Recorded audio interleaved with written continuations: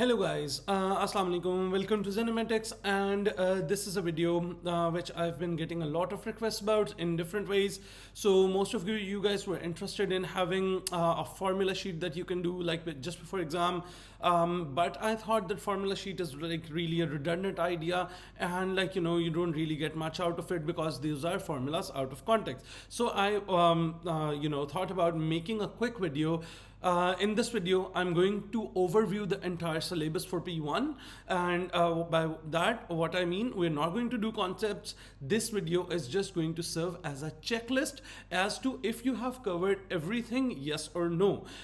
If you have not covered anything that I'm referring to, you can always go to my YouTube videos and check it over there, where they go through the playlist and find the relevant portion and cover that portion over there. So again, before I start, this video is not going to explain how to do these topics. This video is just going to serve you as a checklist, whether you know everything that you need in your exam hall. So I would recommend to compulsorily watch this video once before you enter your exam hall. That would do a great, and best of luck for your exams. So let's just get started quickly. I'm going to start with binomial expansion. So the way we're going to do this, I've already covered these topics. I'm just going to go over the notes and explain what types you need to know and which ones are more important.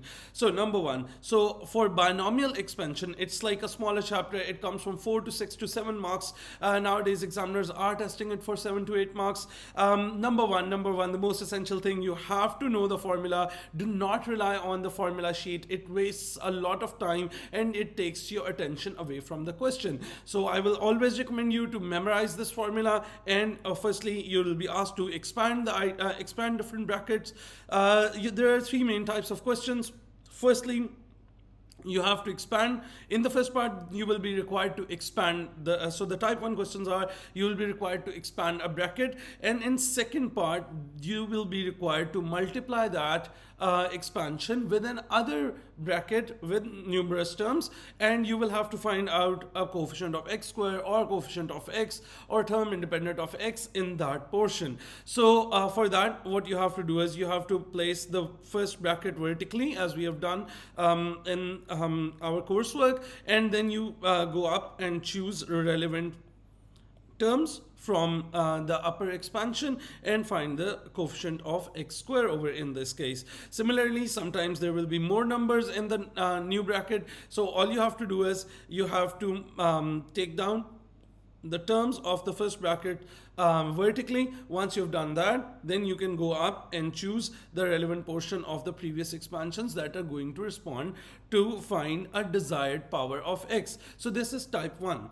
This comes as forward and backward working as well. Forward working is where you have to find a coefficient of a particular power of x, and reverse working is where they have given you, for example in this instance, you have given you that the coefficient of x square is 32, and you have to find the value of unknown in the starting of the question. So you do not change the pattern. The style of attempting this question is exact same. You do not have to change anything. So what you do is you have to write down the first bracket vertically and then find out the relevant portions of the second bracket that will correspond to a final answer of x square. Once you have gotten that, then you have an equation that is minus 192k plus 1200 is equals to 32. This type is really important because in 2021 October November they have tested this type extensively. So please go over this type where we have to go in a reverse order to make an equation and solve this equation. Last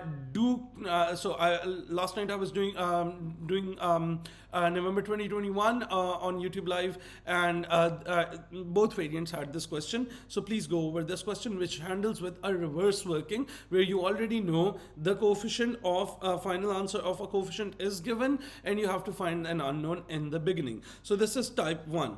And now we come to a vocabulary portion where I always teach like some certain types of vocabulary the examiner uses that you need to know. The first type is if it says there is no term in x, there is no term in x, that means the final answer is 0x. So that if it says no term in x, that means 0 is the coefficient of x. It gives you the coefficient of that number. So if it says no term in x square, it means 0x square is your final answer. If it says no term in x cube, that means it requires you to find the coefficient of x cube and then put it equal to 0. So this no term in x or no term in x square means you have to find the coefficient of that number, that power of x, and that would be equal to 0.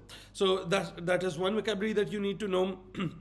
Then we're going to go to type 2. Type 2 is where you do not need to expand the whole equation. What you need to do is you need to find a particular power of x from an expansion. So you do not need to go out and expand all the powers, because sometimes you'll be handling with parentheses which will have powers up to 14 or 15, and that would create a lot of terms before you find your relevant term. That would be a lot of time wastage on behalf, like, if you come and think about it, it's just a smaller topic, so you do not have to go through all of that. Use the particular term formula or get your hands onto this. If you do not know this, go to the video and watch this. And TR plus 1 is equals to NCR a raised to power n minus r b raised to power r. Once you have this, you'll most probably be asked about a particular power of x. There's a three-step process where you expand the powers first, and then you isolate all the x powers, and then you put that isolated power equivalent to your required power. And once you have the value of r, go back and put the value of r. This will get you the final answer. So for example, in this question, you're trying to find x square term in this whole expansion. There is no need to expand 9 terms and then try to figure out where x square term is. You can simply apply the formula TR plus 1, NCR a raised to power n minus r b raised to power r. Firstly, expand all the powers onto everything individually, then take out a power of x, and once you have the power of x isolate all the x terms and put them equal to your desired power. And once you have that place there, figure out the value of r and put it back into the first equation. That will get you the power for x square. Over here, you will deal with one vocabulary term that you need to remember compulsorily. So they will use the term independent of x. They will use the term independent of x. So whenever the examiner says a term, and if you have to find a term independent of x, so essentially they're talking about the constant of that expansion. And so term independent of x means x to the power of 0. Term independent of x means x to the power of 0. So this is the first thing. This is the first idea that you have to memorize, that whenever the examiner uses the term independent of x, you're trying to find x to the power of 0, x to the power of 0. So that is the second type that you are going to cover, and there are like a lot of questions that I've done with these things. All right, and then the third type is where you have substitution. The third type, this is the third type that you guys need to know. That is where they make you substitute a variable with another variable in the second part. So over in this question, if you guys see, they ask you to expand 2 minus x raised to the power 6, and you did that and you got this bracket.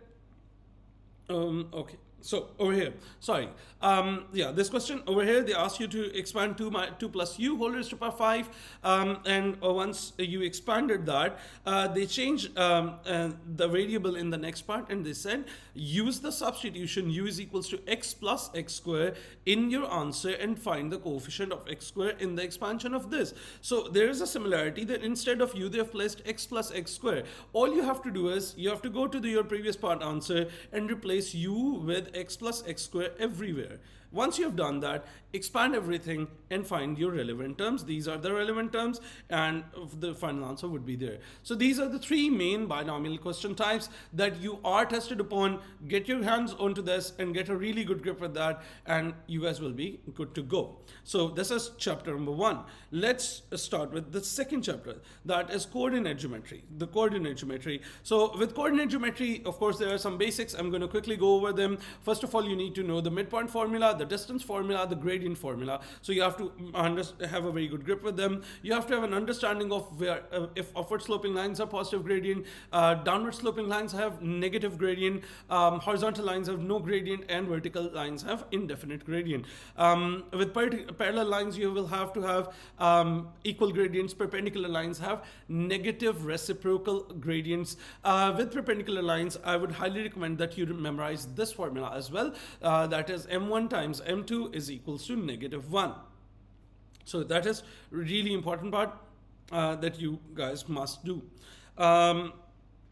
With equation of a line, there are 3 different formats that I teach my students to have a grip on. Y is equals to mx plus c. That is one we have been doing since we were kids. Fine, that is good to go. But to save time, we switched the second type, which is called a point slope form of the equation. Y minus y1 is equal to m times x minus x1. So y minus y1 is equals to m times x minus x1. Now, if you have not gotten yourself really used to this, please do that. This is the most used form in A levels. You guys will need it a lot of times. So y is equals to mx plus c is not going to serve you all the time. You guys will get into trouble if you're not really comfortable with this. With this third type, where it is a 2-point form, I give students the option to memorize this or not. That is up to you. If you are not comfortable doing it at the last moment, it's perfectly fine. You will be able to manage yourself without that as well. The third one is the 2-point formula. If we move on, there is always a compulsory question about a perpendicular bisector. So whenever examiners are going to test coordinate geometry, they are always going to test perpendicular bisector. So always go through the working of perpendicular bisector. It has 4 steps. First, find the gradient of points, then take reciprocal, then find the midpoint, and then use the negative reciprocal and the midpoint to find the perpendicular bisector line. Make sure that you're doing it slowly, comfortably, and without any mistakes. Once you have the equation of perpendicular bisector, you guys are numerous times, almost in every paper, more than once, you are tested upon the idea to find points of intersection. So we have to understand that whenever 2 graphs are intersecting each other, they are meeting each other, if you are trying to find the point of intersection, it is always through simultaneous equation system. Now we have understood that we use simultaneous equations in O levels as well, but we do not really go into the depth of their application on the graph. Whenever you're trying to find a point where 2 graphs are meeting, a curve and a point is meeting, a line is meeting, or 2 lines are meeting, that point of intersection is found by simultaneous equation system. Now, there are 2 main methods that we have been using for simultaneous equation systems. One is elimination. Elimination works perfectly fine if you're trying to deal with 2 different line equations. But if there is a nonlinear equation, which is a curve involved, elimination is not going to be really nice all the time. So I always advise my kids to switch to substitution method, and I would recommend that you guys quickly substitute a value, or even make the process quicker by making y subject in both the equations and put them equal to each other. I've always found that process takes off your attention from actually the simultaneous equation, and you can actually see how accurate you are going. So simultaneous equations and make y subject and put them equal, so that would give you a point of intersection. So that is another idea. Then there are a couple of more things that we have to understand. So there is a formula that was not a part of your O-level syllabus but is a part of A-level syllabus. That is how to find the angle between 2 lines if you know the gradient of those lines. So the formula is pretty simple. Tan theta is equals to m2 minus m1 over 1 plus m1 m2. m1 and m2 are gradients of those 2 respective lines. It does not matter which gradient you take as m1 or which gradient you take as m2. As long as you are taking the signs accurately, you will be fine. And mostly the examiner will ask you for an acute angle. So while taking inverse, you will have to ignore the negative sign for an acute angle. Now we'll come to the last and very important portion of coordinate geometry. There are some special shapes whose properties you guys are required to know. Those are not explicitly said anywhere in the syllabus, but from the past paper questions experience, we know that you guys are required to do this. So for example, there are 2 special types of questions of shapes. Number 1 is those shapes whose diagonals cut at midpoint. Those shapes whose diagonals cut at midpoint. So there are 4 shapes that you guys should always know whose diagonals will cut at midpoint are square, rectangle, rhombus, and rectangle and parallelogram. These 4 shapes will always have their diagonals being cut at the midpoint. So if you're missing one of the corners of one of these shapes, all you have to do is apply the midpoint formula to their diagonals, and their diagonals should give you the same midpoint. That is the shortest way to find the missing diagonal. For example, over here in this example, this is a rectangle with 3 corners known, and another corner is missing. So instead of going and applying gradient formulas or distance formulas or finding equations and simultaneously solving them, that gets you on a very longer path and it takes a lot of time. All you have to do is apply the midpoint formula for BD and for AC, and that should give you the same answer. And then you can compare those answers to find the values of A and B. And then we come to those special shapes whose diagonals cut at 90 degree. The diagonals will cut at 90 degree for square, rhombus, and kite. So for square, rhombus, and kite, the diagonals always cut at 90 degree. I want to talk about kite for a moment. So the diagonals of kite cut at 90 degree, but their diagonals do not cut at a midpoint. So that is true for one of the diagonals, but the smaller diagonal always cuts at the midpoint. As you can see, AB is the smaller diagonal, and that will always cut at the midpoint. And let's see. I don't think there are any outcomes left. Yes, I know equation of circle is a part of this, but I cover that in functions. So if you're looking for equation of circle and related things related to that, just wait for a second. I will be going through that when I'm doing the functions. Next we go to sequences, which we call APGP, arithmetic and geometric progressions. So there are 2 types of progressions that are a part of our syllabus. Number 1 is arithmetic sequences. Number 2 are geometric sequences. So number 1, arithmetic progressions, you have to know that common difference is next term minus previous term. Examiners are really interested nowadays to give algebraic terms or trigonometric terms in your arithmetic and geometric progressions to see if a student is working rigorously when trying to find the common difference. So always remember, when trying to find common difference, you have to do next term minus previous term with any 2 consecutive terms of the progression. So there are 3 main formulas that you need to memorize. First one is nth term. Nth term is a plus n minus 1 into d. A is the first term, n is the term number, and d is the common difference. And sum of n terms. Now you have to remember that the sum formulas are always for first n terms. What do I mean by that? Is sum of so S10 would mean you have this will give you the sum of first 10 terms. S4 would mean it would give you the sum of first 4 terms. So it will always start from the term number 1 and go till the term number you specify to the sum. So it can never give you, so any sum formula in arithmetic or geometric progression cannot give you a sum for any range not starting from the first term. So the sum formulas only work from the first term onwards. So for example, if you're trying to find the sum of terms from 10th term to 15th term, there is no direct formula for that. So it will always your sum formula will always give you the sum from the first term till that term. All right, so there are 2 main formulas. Sn is equals to n over 2 a plus l. This a is the first term, l is the last term. This is the formula that you will use if you know your last term of the sequence. If you do not know the last term of the sequence, then we move on to the second formula, that is n over 2 2a plus n minus 1 into common difference. So this is the formula you would use if the last term isn't available. All right, moving forward, we move to geometric progressions. These progressions are made when terms are being these progressions are made when next terms are brought by multiplying or divided by the previous term by a constant number. The common ratio is really important over here. The formula for common ratio that we're going to use is next term over previous term. Next term over previous term. So the common ratio formula is next term divided by previous term. So do memorize that. Nth term is a dot r raised to power n minus 1. For sum of first n terms, there are two main formulas. The new syllabus has submerged this formula into one, so it's okay even if you're not following this, but it's a convention, so I would advise you guys to just follow that. So a r raised to power n minus 1 over r minus 1, and a 1 minus r raised to power n over 1 minus r. So we use r is greater than 1 if we use r is greater than 1 if the first formula is used if r is greater than 1, and the second formula is used when r is less than 1. The main idea is to make sure that the denominator is not negative when you put the value of r. This is how you're going to choose. So denominator is not negative. The denominator is not negative when you plug in the value for r. So just make sure of that.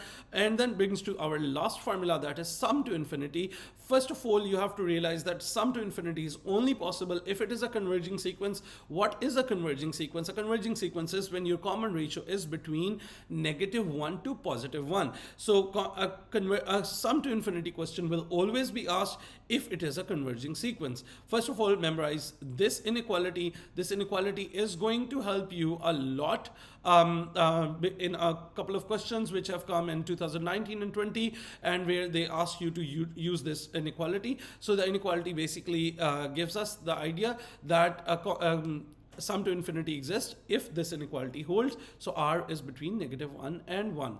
And if that holds, the formula is pretty simple. That is a over 1 minus r. So sum to infinity means sum of all the terms in the sequence is a over 1 minus r. So this is the main idea. There is a very important exam tip I go over before I get my students to start the questions. Is the first term is a. Also, for arithmetic sequence, if you're trying to give the 10th term, that would be a plus 1 lesser than the term number, so that is 9d. If you're trying to give 19th term, so that would be a plus 18d, and so on. For geometric, same goes to the power of r. So if you're trying to predict the 10th term, so that would be a r to the power of 9. So one term lesser than the term one number lesser than the term that you're trying to find. So for 20th term, that would be a r to the power of 19. So that is a very quick way to get the instead of using nth term formulas all the time, this is a quick tip that you should always use. Then there is another thing that I just talked about a little bit, but this is the idea that is in total depth, that the sum formulas can only give you the sum of first n terms. Like, it will always start with the first term till that term. So if I'm talking about S4, that would mean T1 plus T2 plus T3 plus T4. So that will always start from the first term till that term. So S10 would mean it will always start from the first term till the 10th term, and it will not start from any other number. So there is no direct formula. There is no direct formula which can provide you sum starting from any other term than the first term. So what if you have to find the sum for another with the sum starting from another term than the first term? So for example, just read through this question. Find the sum of terms from 11th term to 15th term, both included. So we want this sum from 11th term to 15th term, both included. Now this is our desired region where we want to find the sum for. Now for that, we do not have a direct formula, but what we can do is we can first find sum of 15 terms. So that would give you the sum of all these 15 terms. S15 would give you sum of 1 till 15 terms. This applies to both arithmetic and geometric progressions. That doesn't matter which progression we're talking about. Now I want to take away these 10 terms out of here. So this would give me S10, that is that would be subtracted from here. So while dealing, so that would be S15 minus S10. Over here, I would just like you to pause and just try to visualize this question on a number line. Every time you get this question, do not try to do it directly. I know people will have the urge to do S15 minus S11 or try to memorize one of the forms, but do not do that, because there will be 4 different scenarios depending upon whether 11 is included or not, whether 15 is included or not. So do not take the risk of just memorizing one of these 4 scenarios. Instead, try to make this number line, see what do you have to find, mark that, that, then find the first thing would be saying the total sum of all the terms, and then see which terms do you need to exclude. Once you've spotted that, make a sum number for them, and then then subtract both the sums, and you will get the sum from 11th term to 15th term. So this is a really advanced question, so do practice with that.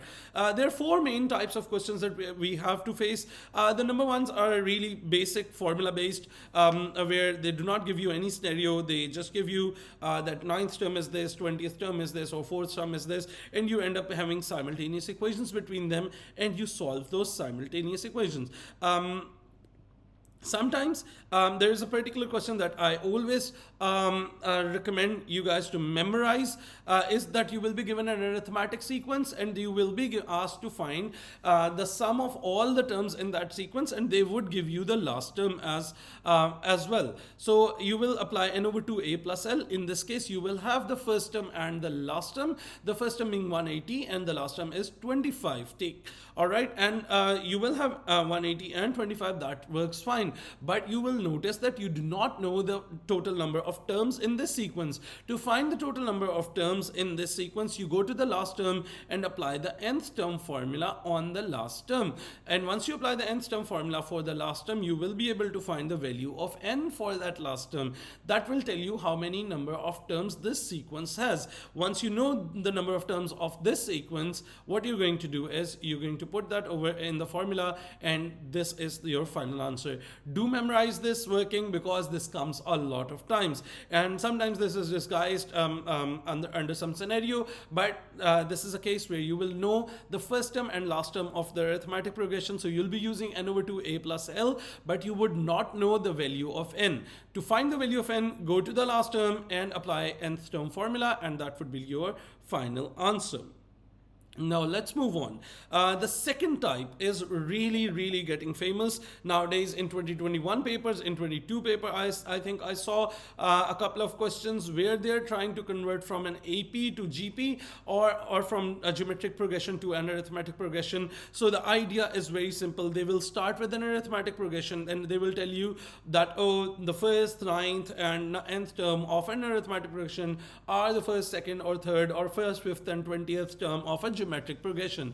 The way to deal with that is very simple. What you have to do is you have to split the idea in 4 different steps. Number 1, you have to write in words. So when they told me that the first, 9th and nth term are equal to the first, second and third term. So first I would have written the words only. No formulas, no mathematics, just words only in their respective positions. Once I've done that, then the second step is to apply the formulas for each. So for example, 9th term is a plus 8d, nth term is a plus n minus 1 into t. In geometric progression, second term is ar and the third term is ar square. Once you have done this, now put in any values that you know. Be careful, do not equate them before putting values, because that will land you in trouble sometimes. Okay? And so for 12, in this case, I knew a is 12 and d is 0.5. So put in all the values that you know. On the right hand side, I did not know any values, so just let it be, that is fine. And once you have put in all the values, then start comparing them and putting them equal to each other. So this portion is going to be equal to this, and these 3 equations will serve you and find you all the unknown variables in the question. But be careful, the working rules are to first write the words in alphabet words, then write the formula, then put in all the values, and number 4, then at the last moment you equate all the respective terms. This is how you deal with this.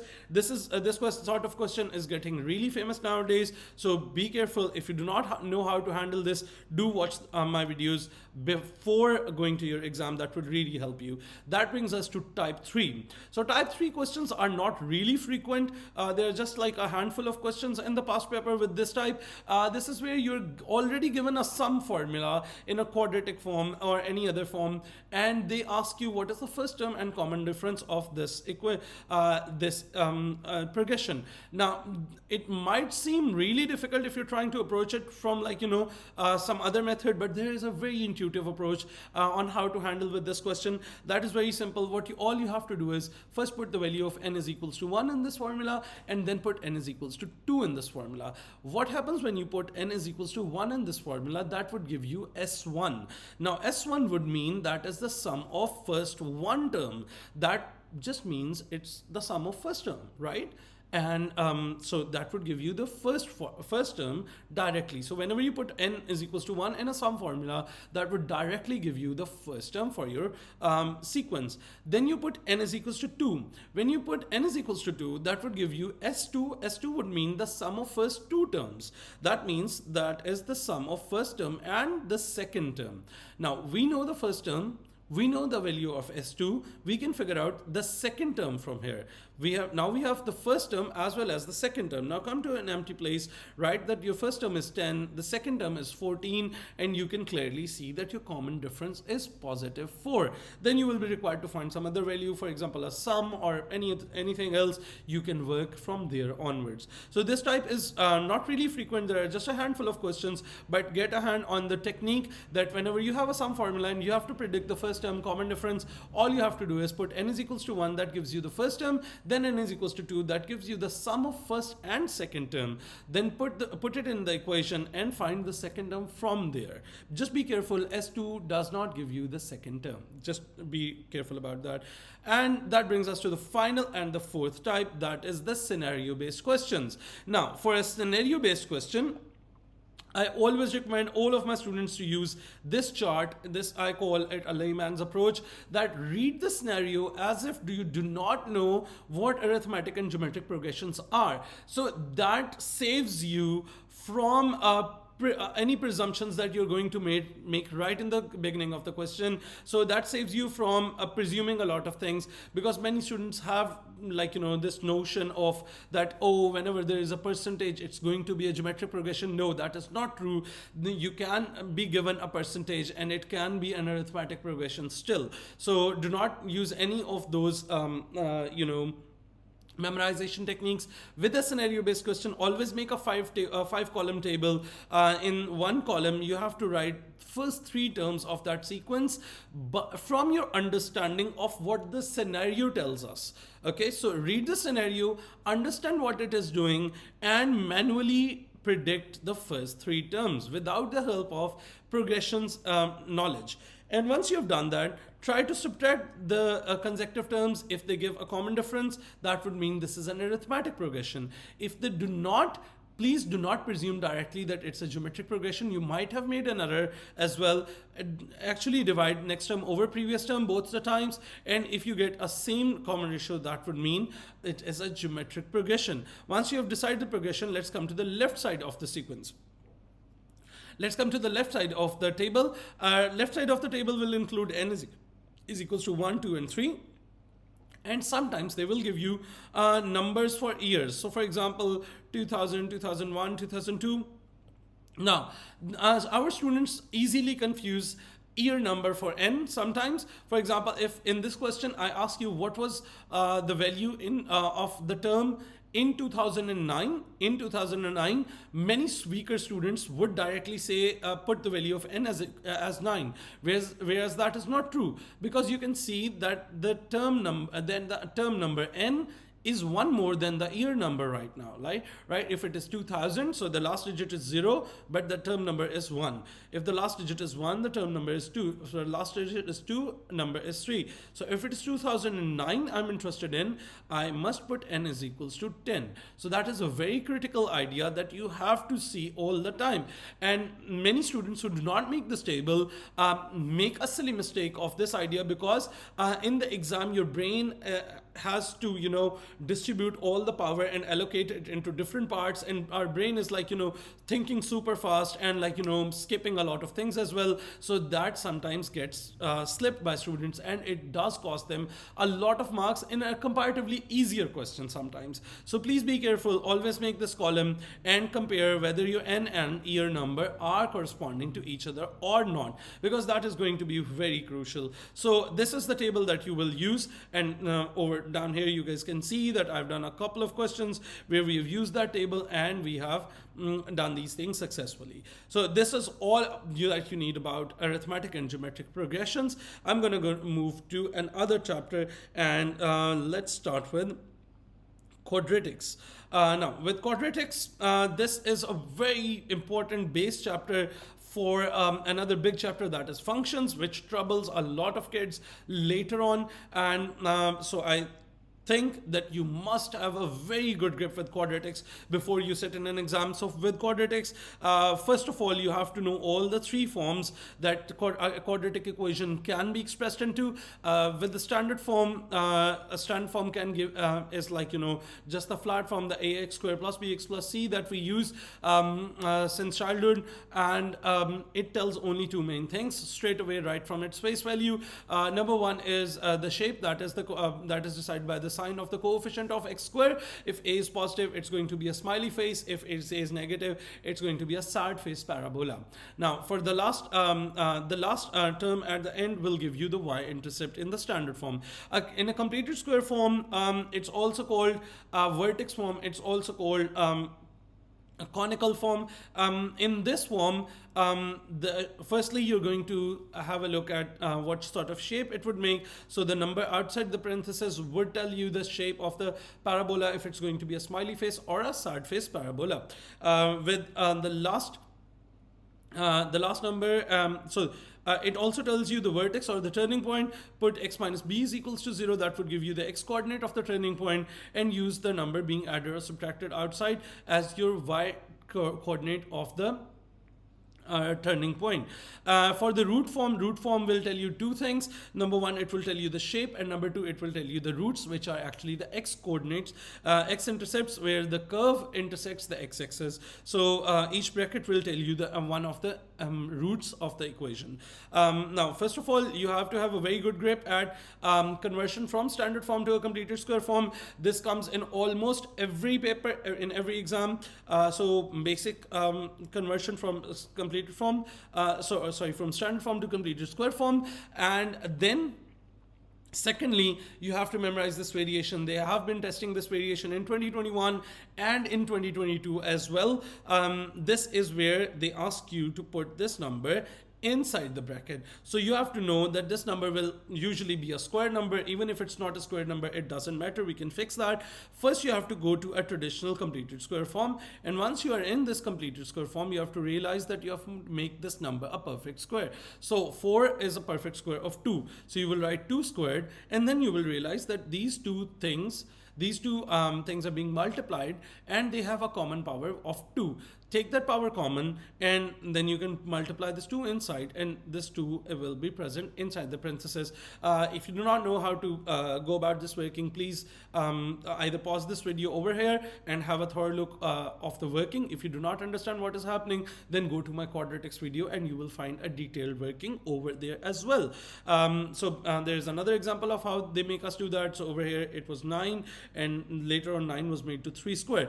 Over here the students have a query though, that will there always be a perfect square? So till now all the past papers questions have a perfect square, but it's fine if it's not a perfect square. For example, if it was a 7 over here, I would have written under root 7 whole square.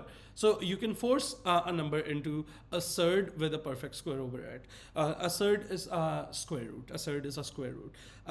Then you have to know how to convert from standard form to root form. That is again something that we have been doing from our O levels. That is through factorization by 2 terms or by 3 terms or by 4 terms. So a root form can be obtained by process of factorization. Once we have done that, we have to know the essentials for sketching a quadratic curve. To sketch a quadratic curve, number one, you have to know the shape. Number two, the turning point. Turning point is brought, shape of the curve can be known from any type, like, any of the forms that I discussed before. But the turning point and the vertex point, the turning point or the vertex point is easily told from the completed square form. Then the y-intercept is easily obtained from the standard form, and x-intercepts, if the question asks for them, only then you go for them. The x-intercepts are easily found from the root form. Once you know how to obtain these values, you guys will be able to sketch a beautiful parabolic curve. Now we have two main understandings in this chapter that are left. Number one is the analysis for the roots. Roots are the x-intercepts, and x-intercepts of a quadratic equation can be of three types. That depends upon that when you're solving the quadratic equation for its root, that is where we understand that there might be a couple of things that will matter. For example, so when you're trying to apply a quadratic formula in O levels, we are used to getting two answers only, but in reality that depends upon b square minus 4ac. If b square minus 4ac is positive, it will give you two answers. If it is negative, it will not give you an answer, and if it is 0, it will give you one answer only. So roots are of three types, and you have to understand this chart, that if you have two distinct real roots. Now you have to understand the vocabulary, because this is what you'll be using in the exam. So it's more vocabulary based than more of a conceptual or a visual based thing. So if it is written that something has two distinct real roots or two distinct real solutions, you will have to put b square minus 4ac positive, which means greater than 0. And if it says two equal repeated real roots, then that means b square minus 4ac is equal to 0. And if it says no real roots, that does not mean it doesn't have roots. It has two roots, but those roots are not real. Those are imaginary roots. Those are discussed in paper 3 complex numbers. And so if it says no real roots, it just means b square minus 4ac would be less than 0. And if a question says only says real roots and fails to mention which real roots it is talking about, are these distinct real roots, two distinct real roots, or two equal or repeated real roots, in that case we merge both of their conditions. So the first condition is b square minus 4ac is greater than 0, and the second condition is b square minus 4ac is equal to 0. In that case, you are going to merge both of these and write b square minus 4ac is greater than or equal to 0. So this is another idea that you have to memorize. And once we have done that, there is the second idea is when there are there's a point of intersection between a graph, between two graphs, in particular a straight line and a quadratic curve. Whenever we are trying to evaluate points of intersection of a straight line or a quadratic curve, the first step is always to equate both the equations and bring them to standard form. Once they're in standard form, we're trying to solve that quadratic equation, and again we will have 3 different outcomes, and these are the 3 different outcomes that you guys can see. So step 1 is to put both equations equal to each other and bring them to standard form. Once they are in the standard form, then what you have to do is you have to analyze. If the question says there are 2 points of intersection, then what you're going to do is you're going to put b square minus 4ac is greater than 0. If the question says the line is a tangent to the curve or the line touches the curve, so this is a very important point. If it uses the word touches, it is a word that we use for tangents. So tangents touch the circle, they do not cut or intersect the circle or a curve. So if the line touches the curve, b square minus 4ac is equal to 0, and if the line does not intersect the curve, b square minus 4ac is less than 0. Over here there is also an ambiguous scenario when the question will use the line meets the curve. Now the line meets the curve in 2 different scenarios. It could be at 2 distinct points, and it could be just a tangent. So again we have a dubious scenario, and we will merge their conditions. And whenever the question just says it just meets the curve and it fails to specify at how many points, then you will have to take into consideration both conditions and merge them together and put b square minus 4ac is greater than 0. So that is the next idea, and now that brings us to the final portion, and I think this is the most important portion of entire P1 that you guys should know, and that is inequalities. Now in O levels or in basic grade levels, we have made you guys used to with the idea of linear inequalities only. The trouble with that is you guys have extrapolated those ideas into a universal thing, which is wrong. There are a couple of things that we are not allowed to do on an inequality sign. signs which if done directly could result in a lot of problems. So number one of those is you should never take a square root or an inequality sign, because when we are taking square roots or even roots, it ends up giving us a plus minus sign, and inequality symbols are really sensitive to the plus minus variations on the other side. Similarly, if you have a factorized form, you're not allowed to put either first bracket is less than 0 or second bracket is less than 0 on an inequality signs. You're not allowed to do that. The trouble with memorizing this is because these are all problems that we cater when we're doing a quadratic inequality, and we have not done that with you guys in O levels, and you guys try to apply all the O levels over here, and that creates a bit of trouble sometimes. So do not do that, and let's learn how to solve a quadratic inequality. Whenever you are dealing with an inequality, the first question you're going to ask yourself is if it's a linear inequality or a quadratic inequality. If it's a linear inequality, it's going to be basic. It's just going to feel like O levels. Just a couple of things. You have to know when to flip the sign or not, flip the inequality sign or not. That's the main idea. When doing quadratic inequalities, you will be tested upon quadratic inequalities in 3 exams, 3 components, paper 1, paper 3, and sometimes in mechanics problems as well. So please be sure that you know how to solve quadratic inequalities. There are a couple of methods. The one I prefer is to factorize first of all, then to sketch by using the shape and x-intercepts, and by coloring the required region. If it is less than 0, you have to color the curve below the x-axis. If it is greater than 0, you have to color above x-axis, and then writing down the inequality of the colored region only. And what does that mean is over here. So I had a quadratic inequality over here, as you can see in the beginning. Then I factorized that. Then I sketched it by using x-intercepts from over here. The x-intercepts were 3 and 4, and I made a smiley face parabola over here. And once we have done that, we saw that this was less than 0. So we colored the entire region of the curve that was beneath the x-axis. And once we have colored that, we just have to tell the x values of the colored region only. So the yellow colored region is from 3 till 4. So that is the final inequality for this answer. And if you have another equation just like this, you factorize, you sketch, and in this case, it was greater than 0. So I had to color all the curve parts which were above the x-axis, and once I have colored all of those parts, now I have to write inequality for this portion. So this is x is greater than 6 is colored, and x is smaller than -2 is colored, and those are the 2 regions that are colored. Now you guys would have noticed that I have written down the final answers in different ways. If you have a single colored region, you write a single inequality in this format, and if you have 2 different colored regions, if you have 2 separate colored regions, as you can see over here, we're going to write 2 separate inequalities with the or sign or written in between them. And it's not necessary that you will always get a smiley shape. There is a fair chance that you will get a sad face as well.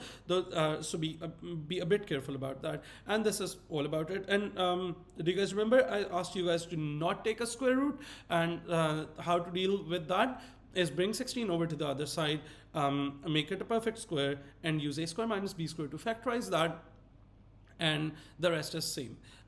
Sometimes you're not able to find a perfect square. In that case, you guys are just going to force that perfect square. For example, it's 96, and I want to make it a perfect square. So 96 is what? It's just under root 96 whole square. So that way you can use a plus b and a minus b.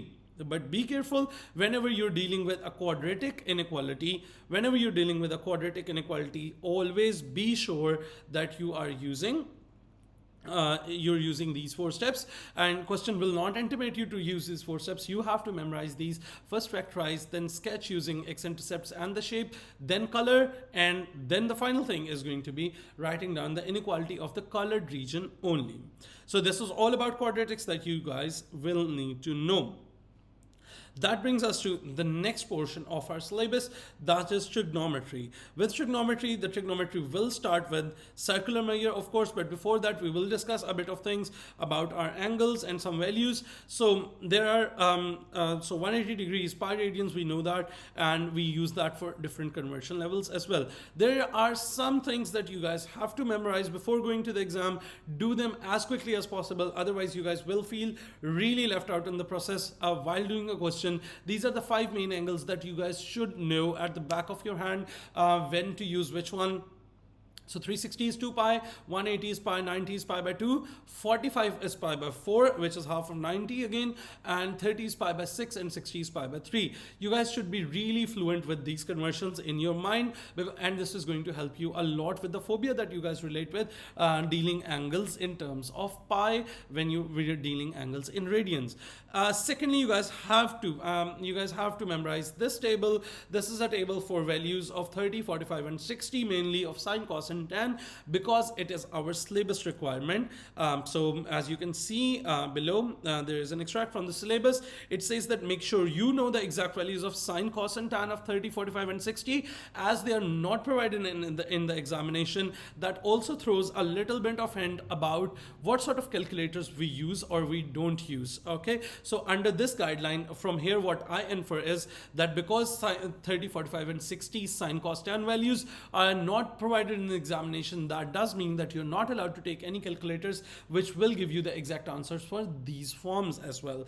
And once you are required to ask any answers in exact form, you have to make sure that what examiner expects from you in an exact form answer in these questions.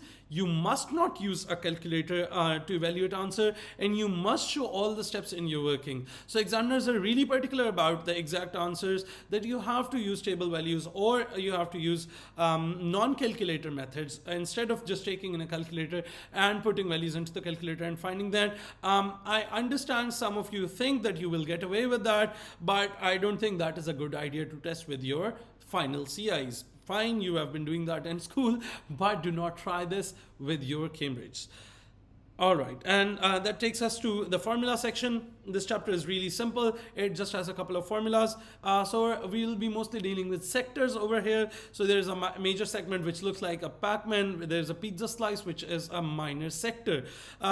In O-levels, we have been dealing with degrees, angle in degrees. So for arc length, the formula that we have been using was theta over 360 into 2 pi r, and the area of sector was theta over 360 into pi r squared. For angle in radians, the formulas will change, and the arc length will just become S is equals to r theta, and area of sector is equals to half rs or half r squared theta.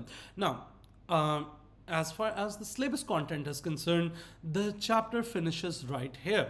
But the problem is students find it really difficult to handle the questions relating to the circles. There are only 2 ways to deal with that. Number 1, read the question slowly. Number 2, do attempt 20 to 25 questions before going to your exam. I understand when you're watching this video, your exam is really nearby, but do take out time and still do 10-15 questions of circles, like really hard ones, and get a good grip on what is written and how to read from that. The main problem that I've always seen kids doing is they just look at a scary diagram. I understand it's really scary to, like, perceive a clever or a tricky diagram, but if you just get scared just by looking at the diagram, it's just going to take you into panic mode and you won't be able to do the question. I will always advise you to read the circles question clearly.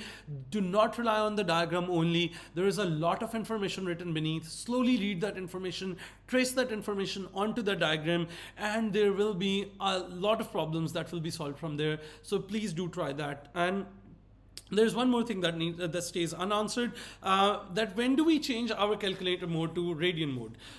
So you guys know that our calculators are either in degree modes or in radian modes. There's a small d or an r written on the top of your calculator bar, the really minute one, that represents which angle mode the calculator is in. And that only matters if you're dealing with trigonometric functions. If you're dealing with sine, cos, or tan, or sine inverse, cos inverse, or tan inverse, Only in that case, you have to be particular about whether your angle is in degrees, then you go to degree mode. If your angle is in radians, then you go to radian mode. If you're not using sine, cos, tan or their inverses, it's perfectly fine to use any mode. All modes give the final answer same. For example, in the case of half r square theta, although my angle is in radians, but because I'm not using sine, cos and tan over here in this calculation, it will give me the same answer in both degree mode and radian mode. But as for the second calculation, because over here I am using sine 0.8, now the calculator will give two different answers for degree mode and radian mode. And if I'm using my angle in radian mode, I will have to convert my calculator mode to radians. Okay, so this is another idea. And this is the end of chapter that relates to circle. After this, I've just done a couple of questions. You guys can go and watch the video if you want to see how these questions are solved. I also have another marathon where I did a couple of questions regarding tricky questions regarding circles. You can also find that video and watch that. All right, with that, we are going to move to trigonometry. Now, trigonometry is going to be a major section for you guys because trigonometry is basically the foundation for three chapters. It's trigonometry, it's circular measure, and then it also works for functions as well. Before we start trigonometry, I want you guys to memorize three main stuffs. Number one, you have to know the famous angles in terms of pi. You should be really fluent with that.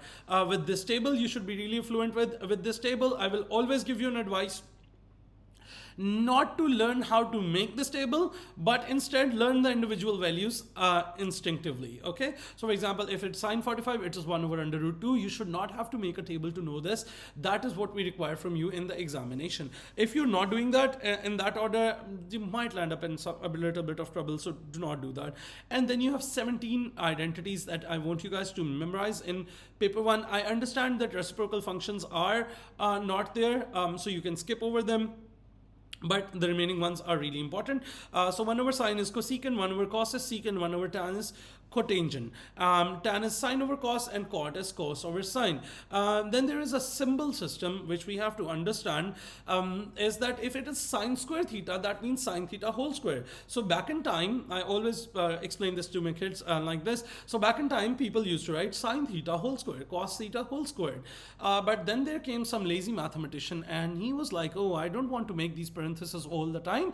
And what he did was he started putting this square on sine and cos, and one day he met his friends and he said, oh guys, look, I found like this really fun way and we don't have to put brackets all the time, and let's just do that. And everybody agreed on the table, and from that day onward our fate was sealed.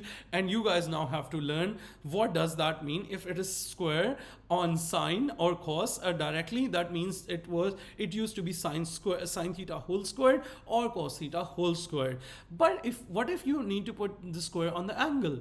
So in that case, you just place the square over the angle. So sine theta square would just mean sine theta squared. Like, you know, it is a square that just belongs to the angle. It's not a whole square. So just know this notation, this symbol system that we use. The equations are sine square theta plus cos square theta is equals to 1. I know the bottom ones are not necessary for paper ones, but if you want to memorize them for later on for P3, do that. If don't, and then don't. But these 9 identities are really critical.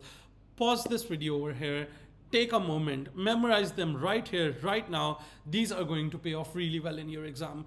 So sine 180 minus theta is sine theta, cos 180 minus theta is negative cos theta, tan 180 minus theta is negative tan theta. With negative thetas, sine of minus theta is negative sine theta, cos is positive cos theta, and tan of negative theta is negative tan theta. And sine 90 minus theta is cos theta, cos 90 minus theta is sine theta, and tan 90 minus theta is 1 over tan theta. These three boxes are directly checked in paper 1 and in mechanics as well. So in mechanics, you're going to be using the green ones. Sine 90 minus theta is cos theta, and cos 90 minus theta is sine theta, numerous times. So be careful, do memorize these. Then you have to have an idea of what original angle, how an original angle is made, how the basic angle is marked, and you have to know that if you're trying to find the trig ratio of any angle without using a calculator, how do you have to do that? So that is one main idea.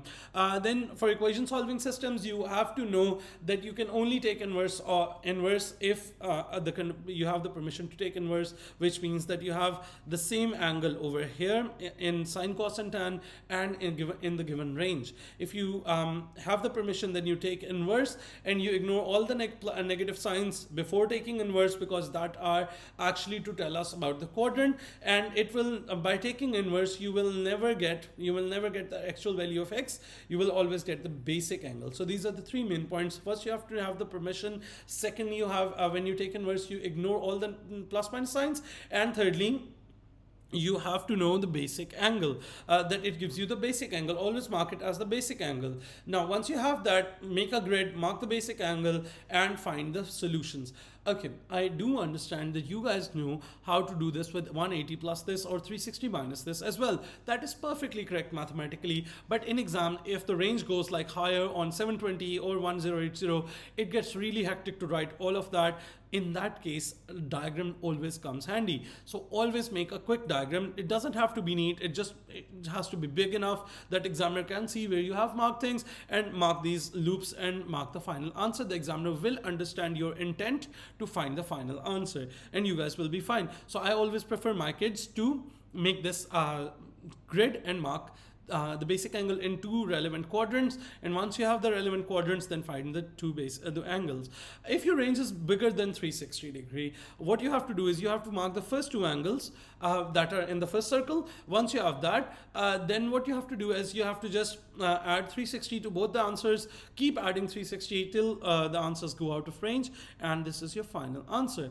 And what will happen if you have a range that is in negative? In 2021 they tested a question, I think it was variant 2, first question, it had a negative range. So for negative range, the process doesn't change, everything stays the same, except for that once you have the basic angle and you have marked the quadrants, always go and find the negative angles first. So I will always go in this direction and find negative 120 first, because our brains are usually tuned to go into positive side of the quadrant, and usually kids tend to fail at finding the negative value. Secondly, sometimes the question is targeted at the smallest value, but if in fluency you find this as first value, you are going to treat this as the smallest value, 60 as the smallest value, whereas in actual minus 120 was the smallest value of this question. So whenever your range is in negative, always go clockwise and find the negative angles first, then go into the anti-clockwise cycle and find the positive angles. Now that brings us to another question. What if you do not have the permission to take inverse? In that case, you have to know the working for range change. First you change the range, then you change the alphabet, rewrite the question, and then solve it for the new alphabet, then go back to the substitution. There are 5 to 6 different types of categories where we will be dealing with these questions. The first type is where you will have an equation with just sine and cos. What you have to do is expand all the brackets, take sine terms to one side, cos terms to one side, and then cross divide, and sine over cos would give you a tan, and you can simply use tan from there onwards. So over here you guys can see this equation had both sine and cos terms, and what we did was we expanded everything. We took sine on one side, cos on another side, then sine over cos would make tan, and then you can simply take tan inverse and simplify the rest of the equation. This is the first type of trigonometry question you have to know how to deal with. The second type is quadratic equation solving. Quadratic equation solving, that is when you will have quadratic powers like sine square x or cos square x. So always learn how to manipulate between from sine square to 1 minus cos square and from cos square to 1 minus sine square to get a quadratic equation in a single trigonometric portion, which is sine. Either the whole equation should be in sine or the whole equation should be in cos. So cos x is once you have a quadratic equation, this is a disguised quadratic equation. Put cos x is equals to a, then solve the quadratic equation, find two values for a, those will serve as two values of cos x. Find the relevant answers by taking inverse and taking final basic angles and making grids for each case. Do not try to rush over things over here, because the method marks are really important over here. Do not try to do these things directly. I know you guys can do these from your calculators. Do not write unsupported answers from your calculator. This will result in no marks, in you getting no marks. That is written on the first page of your paper nowadays. So type 2 is quadratic, and this is what we're dealing with. Type 3 questions. Now, these are really interesting questions. Type 3 questions are those questions in which diagram is given on the question. In these questions, remember the trick. The only thing you need is O-level trigonometry basics, which is sine theta, cos theta, and tan theta basic in right angle triangles or Pythagoras. So basic O-level trigonometry, but along with the knowledge of the exact values from the table that I asked you guys to memorize just a while back. So if you know O-level trigonometry and you know the exact values of sine, cos, tan angles, you guys will be fine in these questions. So there are a couple of questions which handle these. And then we move to type 4. Type 4 is where one of the trigonometric ratios is given in the question. What you have to do is find the right quadrant, make a triangle, and once you have the triangle, you will always have a trigonometric ratio that will give you two sides of the triangle. Use Pythagoras to find the third side, and then you can use that to find the other trigonometric ratios. There is a separate video for that as well, in case you do not know how to handle this. This is a type of question that comes abundantly in the past papers. You should go through these questions and find and get comfortable with these sorts of ideas. And that takes us to identity proving, number 5, type number 5, that is identity proving. Now there are a couple of ideas that I always pitch, but before everything else, I will tell you that whenever there is an identity proof question, I want you guys to always solve the second part first. Skip the identity proving, first go for the second part. Once you've done the second part, then come back and do the identity proving stuff. So that is one very important idea, because that gives you a confidence boost that you have solved the half of the question, which is usually the second part is quite easy. Then once you have solved the half of the question, when you come back, you are in a comfort zone because you are comfortable that you have done a major portion of this question. And once you've done that, you guys will be comfortable doing the identity part. Secondly, if your identity is stuck, there is a rule of staying stuck. If you're stuck at a part in your exam, the rule of staying stuck is just to spend just as many minutes as the marks of that part. So if it's a 3-mark question, just stay stuck for 3 minutes. And if in 3 minutes you are unable to do any question, any part, I think you should leave that part and go on. You will get time to go over that part at the end of the paper again, but do not spend more time over there, because that is then costing the other important questions that you might be able to actually solve. So while proving identity, you are not allowed to move terms from one side or another. You're not allowed to solve both the sides at the same time. You have to solve one of the sides, and you are going to you cannot deal it like an equation. Okay, so you have to either choose the left hand side or the right hand side and keep solving it till it becomes equal to the other side. And when you are dealing with a question, you will either have, so there's a proper algorithm to how to deal with these identities. The way is to, if you have squared terms, use sine square plus cos square is equals to 1 in paper 1, and a square minus b square is equals to a plus b, a minus b. That is abundantly used. That is used a lot of times in the exams. If you have no squares, always bring everything to sine and cos. Even if it is a tan, bring it to sine over cos.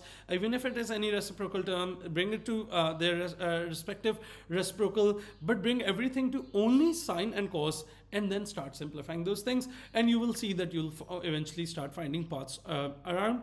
I've done a couple of questions regarding these identities. You guys can go through these. These notes are available on my Instagram bio link, and you can also watch video in the trigonometry playlist. Trigonometry isn't complete yet. We have to go through the graphs as well. So when we're dealing with graphs, you have to understand that you have to know these 4 different grids. So for sine, we have 0, 1, 0, minus 1. Cos is 1, 0, minus 1, 0, and for tan we have 8 values.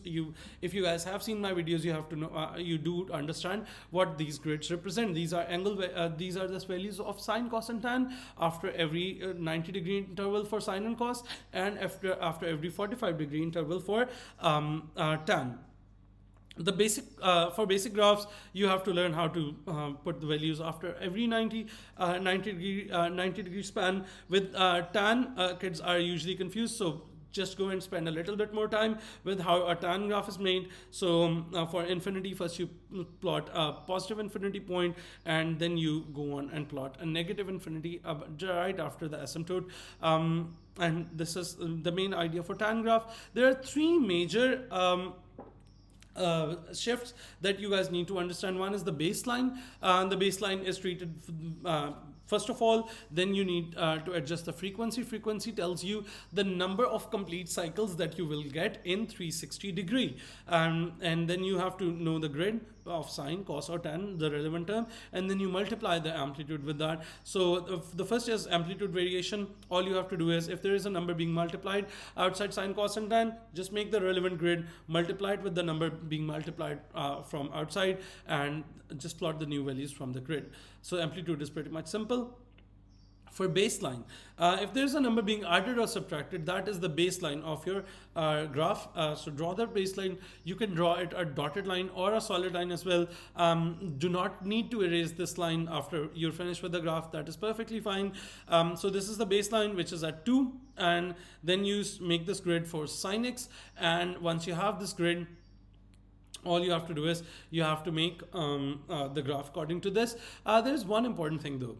The grid does not tell you the y-axis values. The grid always tell you the distance from the baseline. So for example, if the grid says 1, that means you go 1 unit above the baseline. If the grid says 1, you go 1 unit above the baseline. If the grid says -1, you go 1 unit below the baseline. If the grid says -1, you go 1 unit below the baseline. So the grid does not tell, the grid never tells the y-axis values. It always tells the distance from the baseline. And once you have done that, there are a couple of examples where we're using amplitude and baseline both together. The order of things is from right to left. Always apply these things for baseline first, then the frequency, and then the amplitude.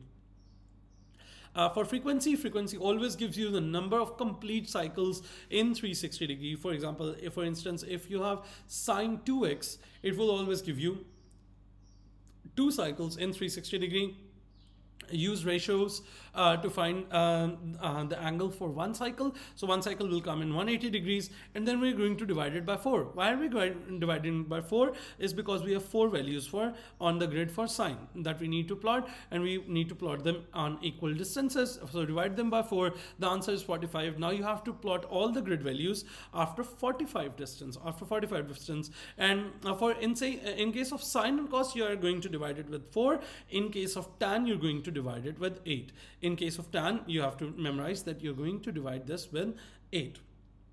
And for cos 3x, it will give you 3 cycles, and for tan half x, it will give you a half cycle. From there you can infer that one cycle is for 720, and then you divide it with 8, and that would give you 90 degrees. That will give you 90 degrees. So place all the tan values after 90 degrees. Then we have gone over a couple of ideas where we are dealing with, then you should know how to deal with all 3 variations of, so first of all deal with the baseline, then go with the frequency, then go make the grid and multiply it with the amplitude.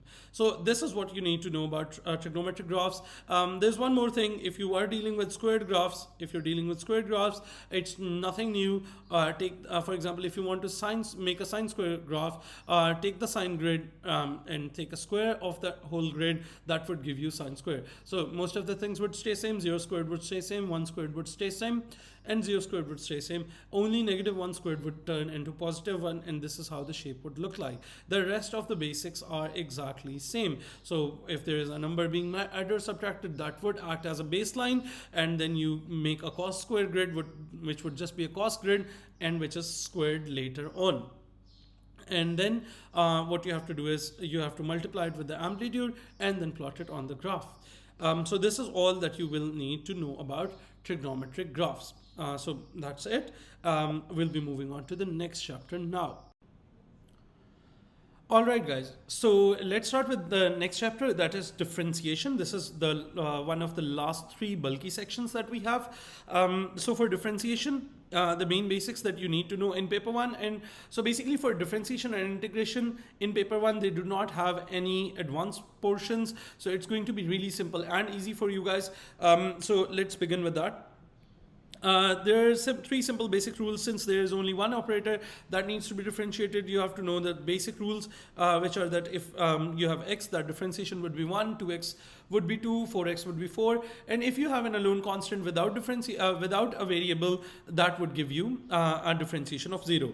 Then you have a power rule, which is a three-step process. You bring the power back and get let it multiply with the parentheses, you subtract 1 from the power, and you multiply with the differentiation of box. It's really essential to understand that you have to multiply the differentiation of the core function, which is the box in this representation, every time. Even if it is 1, you always have to do this, because it's more of a habit. When students start skipping the differentiation of box when it is 1, then it is highly likely that you are going to forget it when it is not 1. So that is one advice I always give. Slow down when you're doing the first step of differentiation every time, and at that moment do remember that you have to multiply with the differentiation of box. That's really, really important.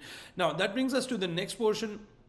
So there is a lot of variation which we have discussed on how to differentiate these equations. There is one important thing that you guys need to understand, is that you cannot differentiate in denominators. We are not allowed to differentiate in denominators. So all of these rules that we teach you regarding power differentiation and general or basic rules, these are when these variables or these terms are in the numerator. So what would you do if you have a term in denominator? You bring it up in the numerator, and since you're reciprocating it, the power would become negative, and then you apply the same process all over again.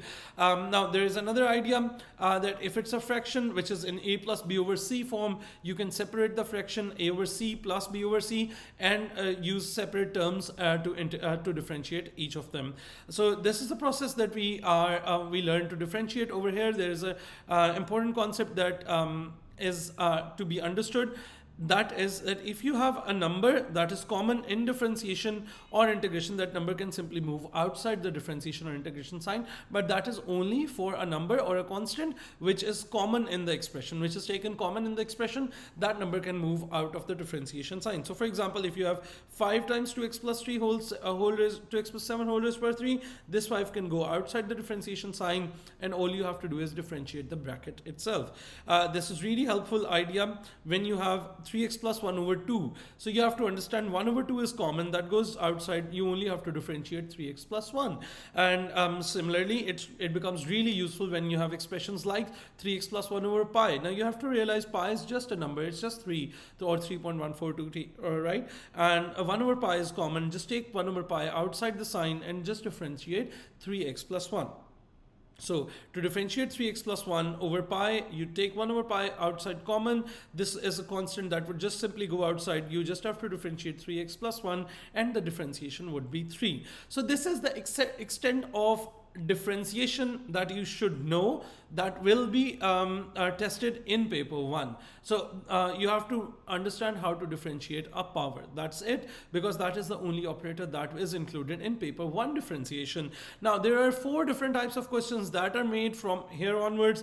The first type is where you have to learn how to find the equation of a tangent and equation of a normal. For equation of a tangent, what you have to do, you'll be given a point, you'll be given an equation, find dy by dx. Dy by dx is the gradient of tangent. Put the point in the expression for dy by dx, and you will get gradient of tangent. Use the point to find the equation of tangent. In case of equation for normal, the general process is the same, but there is a difference over here, that when we differentiate, dy by dx will always give you gradient of tangent.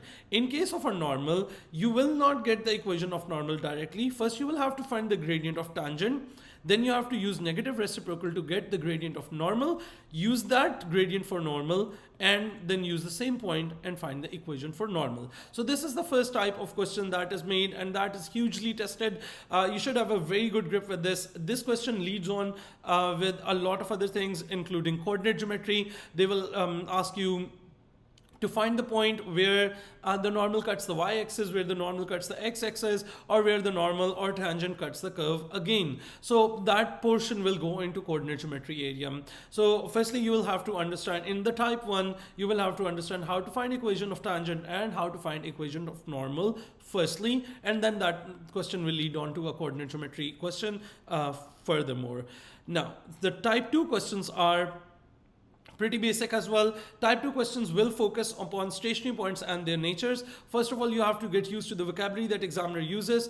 There are 5 to 6 different terms which are used for a stationary point. You call them stationary points, turning points, maximum or minimum points, critical points, and vertex points. For all of these, what you have to do is you have to understand that you have to put dy by dx is equal to 0. For nature, you have to go for a double derivative.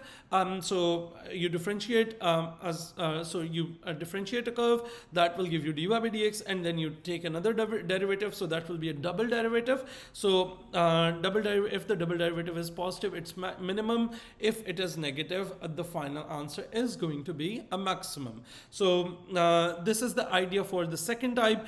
Over here, I will again re-emphasize the equations are going to be a bit bulky. So if you're not really fluent with your differentiations, even though you understand the follow-up workings of stationary point and other things, if your differentiation is wrong, you might not get credit for the rest of the working. This is a problem with the marking system, and you have to understand that you have to be really careful while differentiating in the first few steps. So accuracy is of utmost importance. Now let's move to type 3 of differentiation. Type 3 is rate of change. Now for rate of change, what you have to understand is the layout of the question. The layout is that you will always have two main variables with a connecting equation between the variables. You have to write the rate of each of them beneath those variables. So the rate for x is dx over dt, the rate of y is dy over dt, and then what you have to do is you have to differentiate the connecting equation as well. Once you have three differentials over here, you have to see which ones have numerators and denominators getting cancelled to each other. Those two differentials will live together, they will be on the same side of the equation, and the third one will be isolated on the other side of the equation, and this equation is called a chain rule. Once you have made the chain rule, there will be you have three differentials over here. Two will always be given in the question, and third will be an unknown, and you'll be able to figure that out. So chain rule is the third thing that you have to understand. And fourth and final type is where you have a proof-based scenario, where before the question you have a diagram or a sort of a figure, a shape made, where you are required to find a proof for area or volume or this sort of a thing. For this, firstly, let's step down and think about it in terms of exam technique. You should never attempt the proof part first. You should read the question and go to the next parts first. First attempt them and then come back to the proof part, just like we discussed in the trigonometric identities. That is a very important thing in terms of how you're attempting your exam. If you're attempting proof parts before the other parts, that is going to lower your morale a lot if you are unable to prove that part, and that would be really stressful in an exam situation, and many students induce panic with these sorts of problems. So once you understand that, you have to do the second parts first and then come back and do the proof part.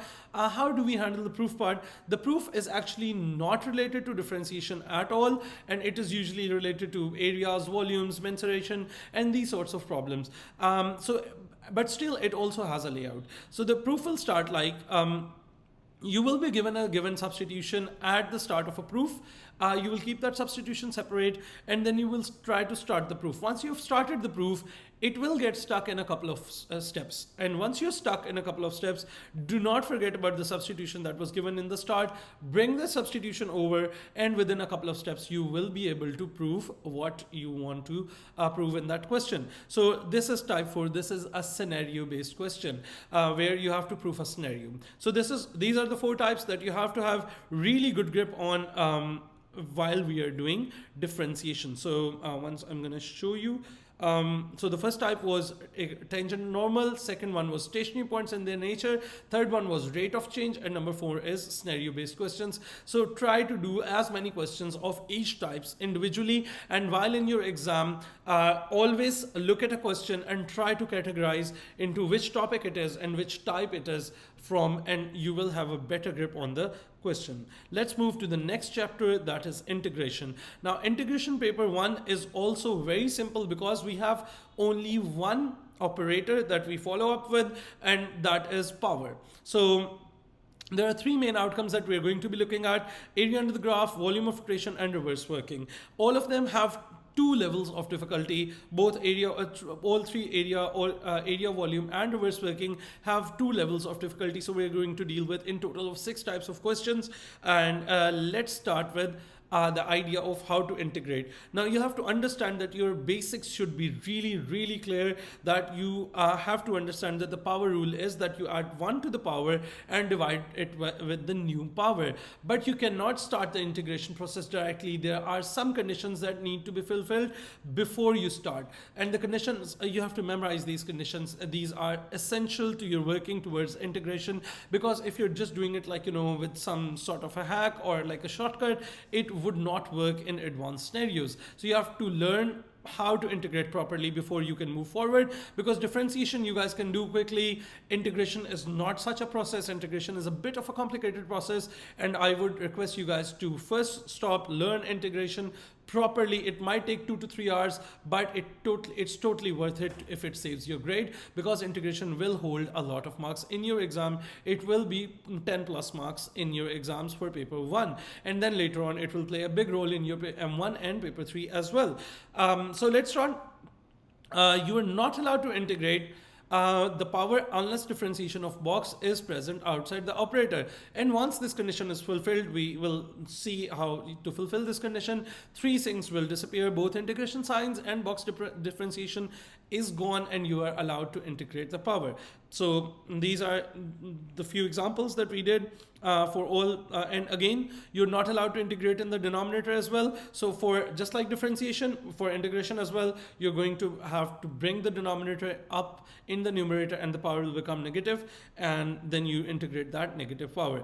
All right, so in paper 1, there are only 2 sorts of integrations that we deal with. One is where you will have a whole parenthesis and a whole power on that parenthesis. And if you have a whole power on a bracket, you are going to check all the conditions which are there for the box and differentiation of box that we discussed before. If you want to go in depth of what I'm trying to say, you will have to go and watch the videos in the integration playlist.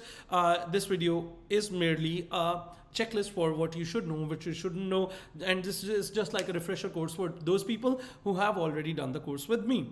And so if you have a bracket, if you have a whole bracket, then you integrate with all the conditions. But if you have individual powers on X, you do not need to check the integration conditions all the time. You can simply integrate it directly. So in the right hand column, you guys can see there is no need to check for conditions. You can integrate directly because you have direct power on X. So these are the 2 types of integration that you're going to be dealt in paper 1 and mechanics M1. So the integration and differentiation curriculum for paper 1 and M1 is similar. All right, and then there is a special case to memorize. So this is really important, guys. This is really important to memorize because this will come with the volume working. You guys will be dealing with a whole square situation, and when you'll try to take the power over here as 2, the box has x squared plus 2x, and if you differentiate x squared plus 2x, the box differentiation is 2x plus 2. Now we know we cannot introduce 2x plus 2 over here because you're not allowed to introduce variables to fulfill the condition. You are only allowed to introduce or remove constant terms. Now once you're not allowed to introduce a variable term, this idea is rejected. Now over here, do not try to get confused. Immediately move to a plus b whole square or a minus b whole square and use that expansion identity and expand into 3 different terms. Once you have 3 different terms, now you have direct powers on X. Now you do not need to worry about the conditions. Now you integrate it directly. So that is very important to memorize. And this case will always come with power 2 because we'll be dealing with a volume calculation. And over there is a step when we do y square. When we make a square. And after that, you will have to deal with such a situation. And this is where this will come really handy. So whenever you are unable to complete the differentiation of box outside the operator, you will always have to expand it and then integrate. So that is one idea that you guys have to remember. Now, let's move to 3 outcomes that we are supposed to know and there are two levels to each of them. I'm going to break it down to two levels every time. So number one is area under the graph. Firstly and foremostly, I'm going to fix the term. The area under the graph is not a nice term. The actual term is area between the curve and the x's. So it could be x-axis, y-axis. So while we are integrating with respect to x, it is integration with x-axis. So it gives you area between the curve and x-axis. So you guys can see the area under the curve doesn't make sense if you have a curve like this, and if you're integrating from 1 till 2, it will give you the area, but it is area between the curve and the x-axis. All right, and how do you do that? You just integrate and put limits into the formula. Okay, so there is one very important thing. While you're putting limits, I understand that sometimes a limit is 0, or sometimes a limit is so simple that you can do it mentally. But the problem is the examiner requires that you have to show the substitution of the values. So first you have to show that you have substituted 5, and then you have to show that you have substituted 1. And from here onwards, you can use calculator to find things directly, but you have to show this substitution at first, and then you can go onto the calculator. Do not do the limits mentally. That will end up in loss of 2 marks actually. First mark would be a loss of method mark, and if you have lost a method mark, you cannot earn an answer mark after that. So that is a very important thing. So that is level 1 of areas for type 1. Level 2 is when you have to find area between two graphs. So if your area that you're trying to find is trapped between two graphs, you have to understand that there is an upper graph and there is a lower graph.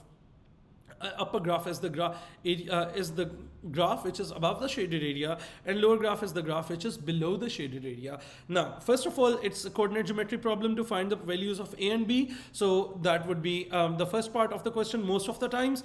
And after that, once they ask you to find the final answer, for the area between the curves, all you have to do is you have to integrate the curve, upper curve from limit from a to b, and then you have to integrate the lower for lower limit from a to b, and you you subtract both the answers separately. So for example, in this question they had given us a curve and a straight line, and the area was trapped between the two graphs. So first of all, our task was to simultaneously solve these. So for the x coordinates of a and b, I solved them simultaneously, and I got the values of x as -1 and 3. So this is the first task. This is purely coordinate geometry. You should not lose a mark over here. Now for the second task, this is our upper graph. So the upper graph is y is equals to 7 minus 2x. So we are going to integrate the upper graph curve and put limits from -3 to -1 till 3, and the answer is 20. Then you move on to the lower graph equation and you integrate it, and then again put limits from 3 till 1, and the answer is 28 by 3. And the shaded area will always be equal to upper graph area minus lower graph area, and that should give you the area trapped between two graphs. So this is type 1. So there are two levels. Either it will be a single curve trapping area with the x-axis, that would be just simple integration with limits, or it would be area trapped between two graphs. So you have to integrate both graphs separately and put limits to both of them, find two different areas and subtract both of the areas. Type 2 is pretty simple, but you have to learn the algorithm to that. That is volume of rotation. Now, volume of rotation can come with either x-axis or y-axis. If it comes with x-axis, you have to make y the subject and then square both sides, integrate the right hand side, put limits and multiply it with pi. So that is the recipe for volume with x-axis. Now for volume with y-axis, what you have to do is make x subject, and again the rest of the steps are same. You square both sides, integrate right hand side, apply the limits and multiply with pi, and that should give you the volume for volume of rotation with y-axis. You have to remember that these processes are for volume of rotation about 360 degrees. Now firstly, they have never tested, the examiners have never tested any other angle than 360 degree rotation, but if you're wondering, firstly you have to go through the whole process and find the volume for 360 degrees, and then if you're trying to find, for example, 110 degrees, then you can apply a simple unitary method. So for example, that this much volume is for 360 degree, how much volume would be for 110 degrees, and then you can cross multiply, and that would be a simple idea. So again, there are two variations to this. One is where you will have a graph which will have an area bound with x-axis. So it will just be a single graph, and you will just have to see if your area was with the x-axis. If the area was about x-axis, the first step is you make y subject. Step 2 is to use square y. Step 3 is you integrate the right hand side. Step 4 is you put limits in the integrated answer. And step 5 is you multiply with pi, and that is your final volume. So that is a very simple question. You just have to maintain your accuracy. There is not much variation with these ideas. These questions are generally really straightforward. Now, there is an advancement to this idea when we will have volume between two graphs. So the idea is again same as before. If you have volume of a shaded region that is trapped between two graphs, you have to figure out the equations for upper graph and the lower graph. And once you have those, you have to find upper graph volume with the whole working separately by applying all 5 steps, and then you have to find the lower graph volume by applying all 5 steps over here as well. And once you have upper graph volume and lower graph volume, you have to subtract both the volumes to find the area, find the volume of the area rotated about an axis. So these are the 2 levels for volume of rotation. Now, the final working is our reverse working. Reverse working is basically when you have a dy by dx and you want to go back to the equation of the curve, which is y, and that is when you integrate. And over here, because we're integrating without limits, we're going to use plus c. And the advanced question would be when you will be given a double derivative and you will have to integrate twice to get back to the equation of the curve. So that will be the second layer. So the first idea is when to integrate with limits, when to integrate without limits. So and we are integrating with limits whenever we're trying to find area and volume, and we do not put plus c with that. And whenever you're doing reverse working, it is compulsory to put plus c, and you are working without limits over here. And so again, 2 levels. One is when you're given dy by dx and you have to go back to the equation of the curve. You simply integrate it once and it takes you back to the value of y. And when you integrate, you have to add plus c over here immediately. And to find this value of c, the question will provide you a value for x and y. And you put the value of x and y to find c. That will give you the equation for the curve. Now, in case you are given a double derivative, as if this is the advanced question that you will see. So over here you are given a double derivative that is negative 4x. They have also given you information that it has a maximum point that is 2 and 12. Now, this is basically 3 pieces of information. Number 1 is you have dy by dx that is 0 because it is a maximum point, and then you have x is equals to 2, and then you have y is equals to 12. Now, double derivative is negative 4x. First you integrate it, so you will get dy by dx is equals to minus 2x squared plus c. Now, to find this c, you will need a value for dy by dx and x. So the question gave us both of those values. Use these values and find dy by dx. Once you have dy by dx, then you again integrate it to find value of y. Once you have that value of y, you will again need to find a c. But for this c, you will need x and y values. So let's figure out x and y values that were given in the question, bring them down here and put them in the expression. That should give you the final equation of the curve. So for integration, that is the end of the integration chapter. Before I end this chapter, I will conclude with 6 different levels. So there are 3 outcomes with 2 difficulty levels with each of them. So number 1 is when you have to find area. Area is either with a single curve with x-axis, or area is trapped between 2 curves. So those are 2 different levels for area. And for volume, you will have to find volume of a curve trapped with rotated about an axis, or volume of a shaded region trapped between two graphs rotated about an axis. So those are the 2 levels. For reverse working, you will either have dy by dx and you'll have to go back to equation of the curve. That would require a single integration, or the advanced variation would be when you will have double derivative, when you'll have to integrate twice backwards, and each time you have to find a separate value of c. Do not try to integrate it twice together and find a single c. That would be a wrong treatment for the scenario. So these are the 6 difficulty levels that you will have to see in an integration question. Make sure you do at least 5 questions of each of 6 difficulty level questions. So that makes a good 30 questions of each difficulty level, and that should make you an expert with the idea with the chapter. Now let's move on to last and final chapter, that is functions. So functions is the most elaborate chapter of our entire syllabus, and I kept it for the last chapter because this chapter is all about how well you have memorized each outcome. So this chapter is totally memory based. The better you memorize all the outcomes, the better you're going to perform in the exam. So it doesn't vary much. Yes, a couple of questions are advanced, but in general, if I talk about like the whole past paper experience, 99% of the questions will come from the outcomes that I have discussed in this chapter over here. So that is the examiner's trend.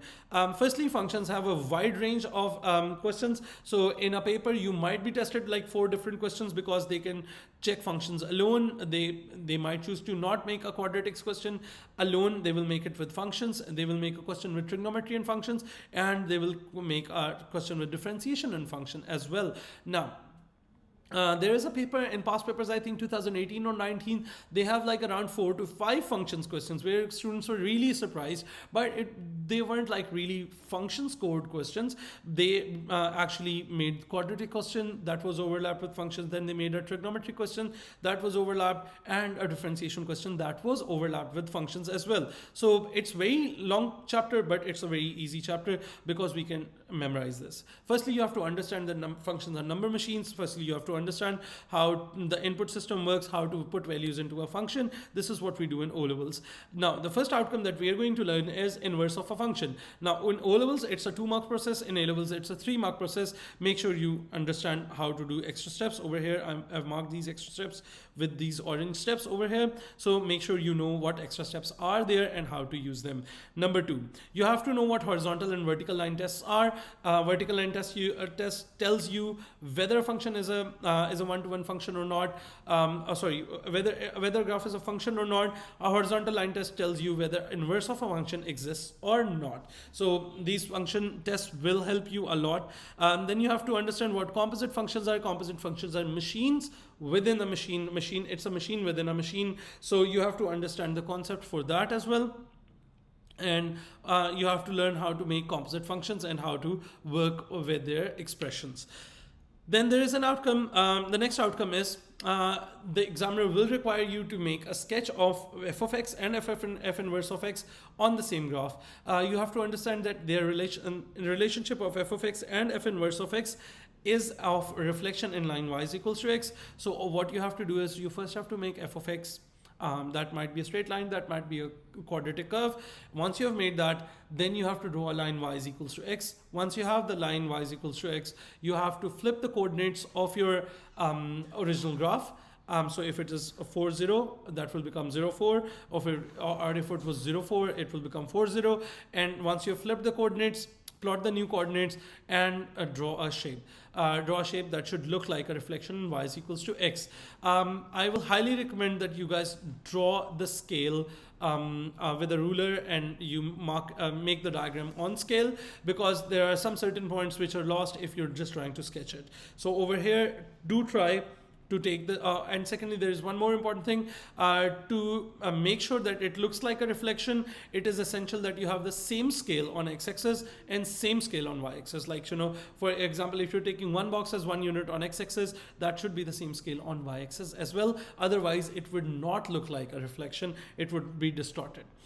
Then we move on to another idea where the question will ask you to sketch a graph and ask you whether a graph is a function or not. So you'll do a horizontal line test. If a horizontal line cuts the graph at 2 places, you're going to say no, it is not a function because it is not a one-to-one. No, the inverse does not exist because it is not a one-to-one function. So or if the inverse exists, you will say yes, the inverse exists because it is a one-to-one function. So both ways your logic has to be around the word one-to-one function.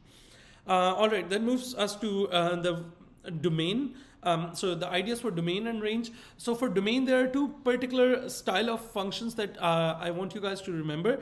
The first is if you have a square root, just remember that you take everything inside the square root, put them greater than equal to 0 and solve, and then write x belongs to r. X belongs to r. The symbol says belongs to. Make sure you know what symbol means. You understand what each symbol means. Then you have a type 2 for domain, where you have variables in denominators. If you have a variable in denominator, you have to make sure that the denominator is not equal to 0. So in this case, you put the whole denominator is not equal to 0, and you solve that and find the value of x, and then you state that x belongs to real values. So that means that x is just not equal to, for example, over here, x is not equal to 1/3, and x belongs to real numbers, and x belongs to real numbers except for that. And that is the main idea over here. Okay, I'll go into a little bit more depth when I talk about range, because that is really important. So range is basically output of a function.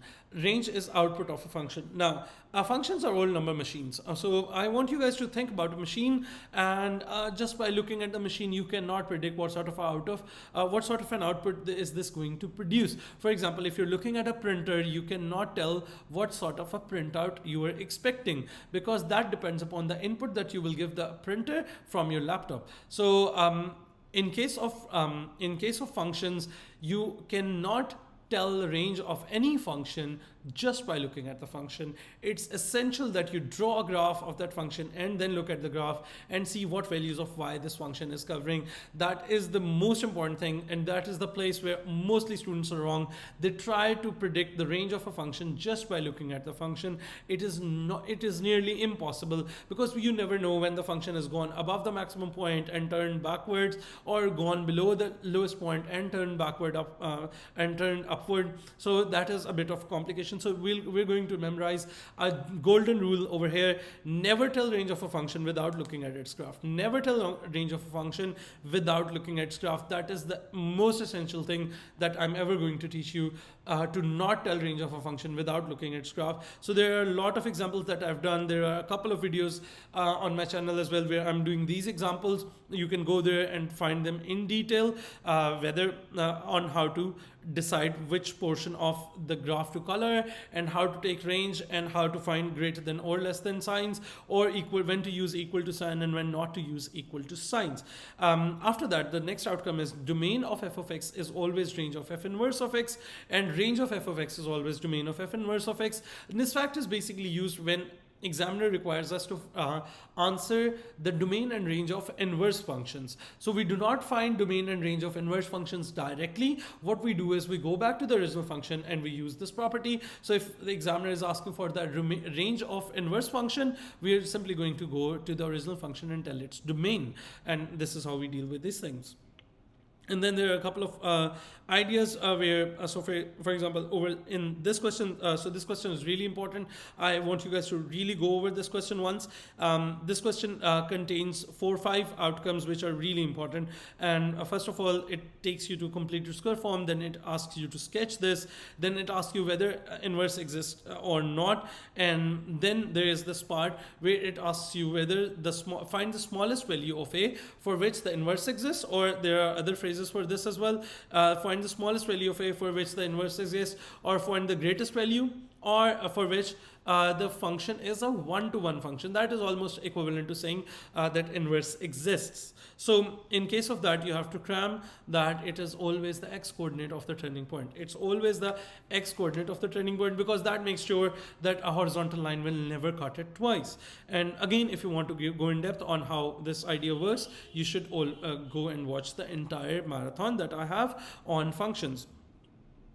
For value of a in last part, you have to find G inverse, and you have to state the domain and range of G inverse. So firstly, you have to put G of x is equals to y.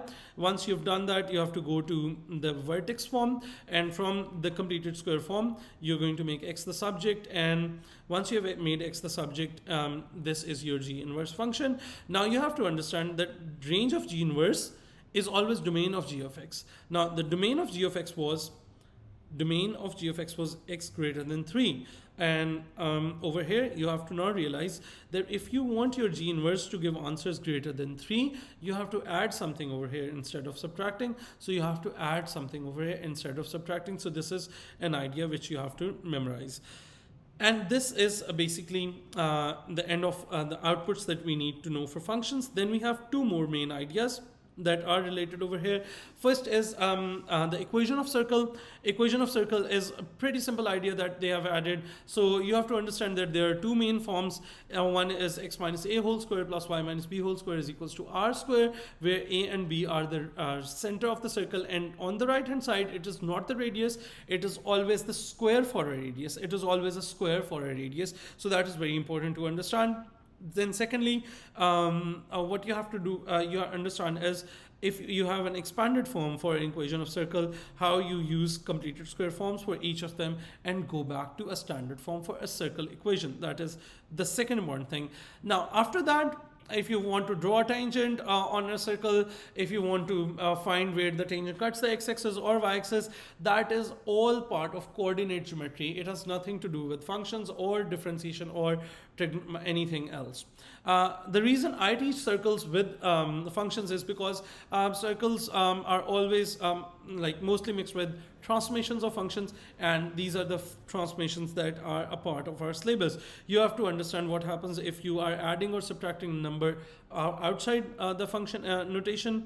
What happens if you're doing it inside the function notation? It moves up and down and left and right. These are called translation. You have to use the word translation in your exam. If it is minus f of x or f of minus x, it is going to be reflection. You have to use the word reflection, and you have to memorize which axis of reflection we are talking about.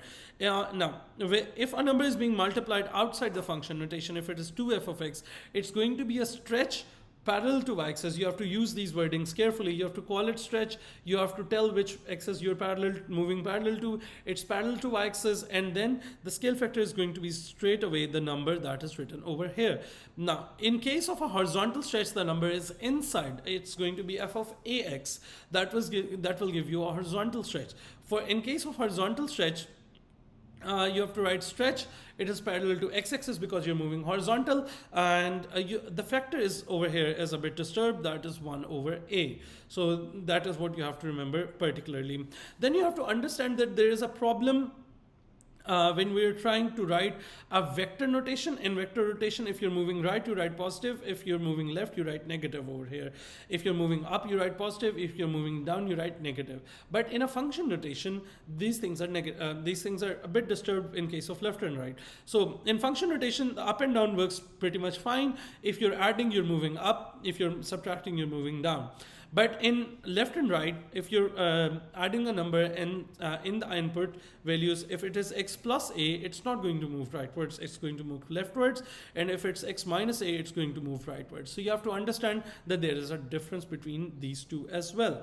So this is all about functions that you guys need to understand as well. Now, I want to conclude this video by saying a couple of things. There are a couple of trends that they are following, that the examiners are following right now. I really want you guys to understand that and be prepared before that, so that you're not a part of their, what I call psychological warfare that examiner has against the students. So the examiner has a very strong weapon, that is the fact that you're nervous in your exam hall, and that is that anything alien will hit you really bad and can put you in a panic mode. There are a couple of things that are big weapons, big guns that examiners will want to take out. Number one is, examiners do understand that whenever you have square roots or cube roots, or we try to keep things in surds form, in square roots, in exact square root form, students get really problematic with that. In 2020 and 2021, examiners have been doing this over and over again, and you guys have to understand that this is one main thing that you guys are going to be really careful about, that if the question asks you to keep your values in exact form, so keep your answers in forms of under root 3, that is perfect, or under root 2, keep your answers in that form, and do not get nervous with that. Please make sure that you have done a lot of practice of such questions. Number one, that. Number two, examiners are aware of the fact that whenever they introduce new variables instead of numbers, and they want to keep answers in terms of variables. For example, examiner wants us to find midpoint in terms of m, or midpoint in terms of k and h. Whenever new variables are introduced, students are really confused about that. So one thing that you have to really understand is that you do not get disturbed, stay to your basics. If the question is not numerical and it's in terms of some other alphabets, the basics are still going to be same.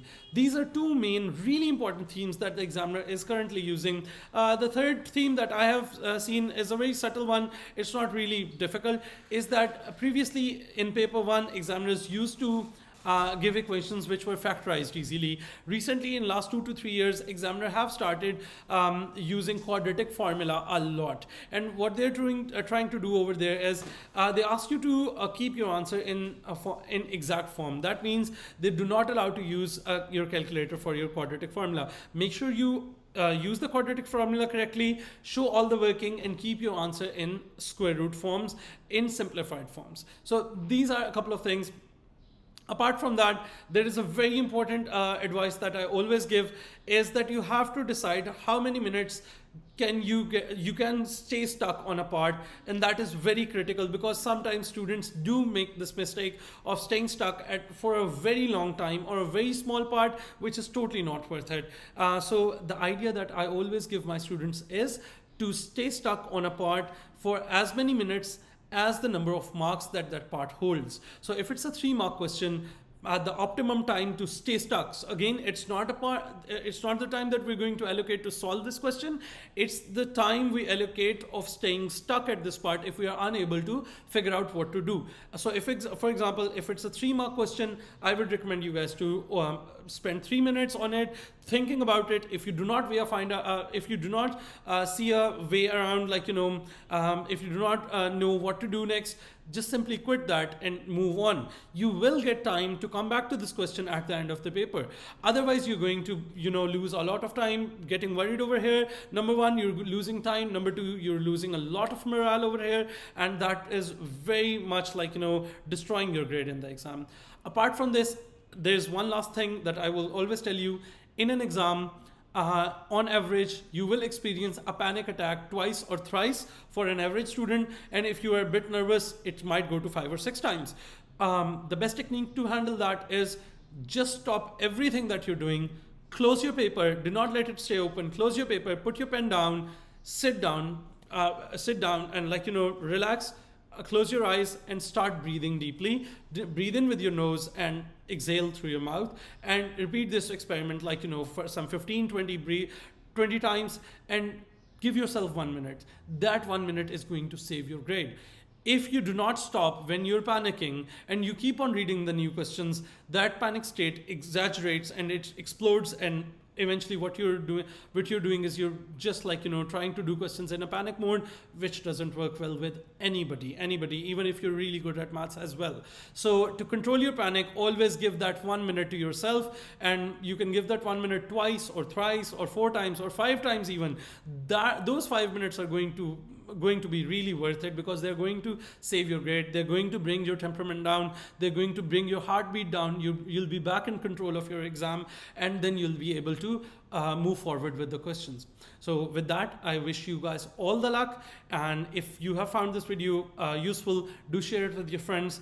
Give us a like below, give us a comment. If you want to change anything in this video, if you want me to address some other issues, I will do that as well. And I wish you all the luck for your exams. Thank you so much. Goodbye.